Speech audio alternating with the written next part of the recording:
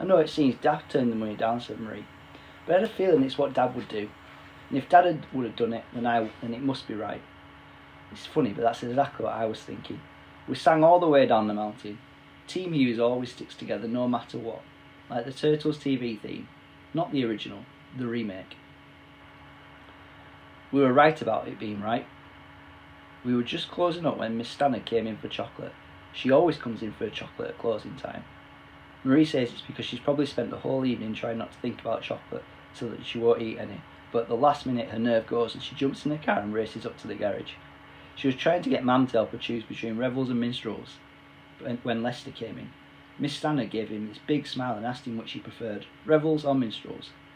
I've never really thought about it, said Lester. How disappointing. Still, now that you're in-mannered, you'll have lots of time to think about things you haven't thought about. Yes, said Lester really slowly. Yes. Then he looked at Mam. I just wanted to say thank you for all that you did today. I wondered if there was anything we could do in return. This was it. Our big chance. We all looked at Mam. She could name a price. She said, "Oh, it's all right. Glad to see the back of the pot noodles, to be honest." Lester looked a bit surprised. Well, I was wondering. A lot of the men have been complaining about the bread we get from our supplier, and it struck me that perhaps you... Yes, that was me, not Mam. Yes, we can get the bread. And what about milk? Of course, yes, milk, thank you. How many? Well, there are 12 of us up there, so 6 litres of milk, 10 sliced loaves, white or brown. 5 of each, I imagine. Great. And the cakes? Well, the cakes seem to be very popular. Great. I looked at Mam. She still didn't seem to be taking that much interest, even though I was being so brilliant. Then Minnie was being brilliant too. Are they all happy with the Financial Times, she said. I'd never have thought of that one. Oh, no, they're not. What do you suggest? The Mirror? 5 mirrors, maybe a couple of Guardians? Yeah, that sounds about right. I'll put them on your tab, and the Mannered Month keeps you in touch with what's going on round and about, said Minnie. Lester said, is anything going on round and about? And then he made a little ha-ha noise. Nobody joined him. Well, he said, thank you again. If you're sure there's nothing else I can do, I'll go. That's when Miss Stannard said, you could show the children the paintings. Lester frowned. Children? I'm the teacher. It'd be lovely to show them the paintings. I'm afraid that wouldn't be possible. We have security issues and health and safety, and really we're not supposed to show the paintings. You're not supposed to know the paintings are here. He gave me a bit of a look. They'll never have an opportunity like this again, said Miss Stannard. I'm afraid they're not having that opportunity now either. They're in desperate need of visual stimulation. Do you know, I had an art lesson recently and they painted everything grey. The yellow ochre, the crimson lake, the magenta, all untouched. I wish I could help, said Lester.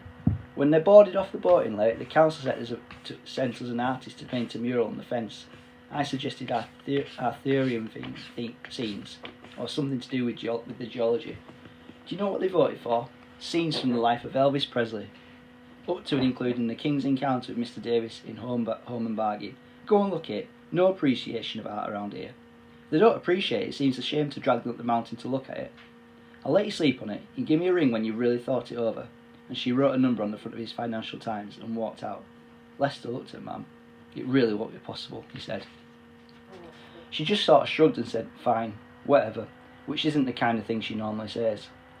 That night I decided to give Mam a surprise. No need to cook, I said. Look what I've got. I've managed to save a whole pack of lemon and coriander chicken fillets. They were sealed, so it was fine. There was enough for Tom to stay and eat too. We microwaved them and then had them with baguettes, and I sat around trying to work out how much money we were going to make from all this new business. It was a lot, compared to what we normally made anyway. We could make a lot more if we stole one of those paintings, said Minnie, looking at Tom. You couldn't steal them, said Tom. There's men on quad bikes and everything up there. There's always a way, said Minnie, like when an as yet unidentified thief stole a priceless Bruegel from the Belvedere in Vienna. Do you know what he did? He posed as an expert and he told them the frame had woodworm. Then he said he just had the thing for woodworm, which was wasps. Special wasps ate the woodworm, so they paid him. They actually paid him money, and he built a tent around the painting to keep the wasps in.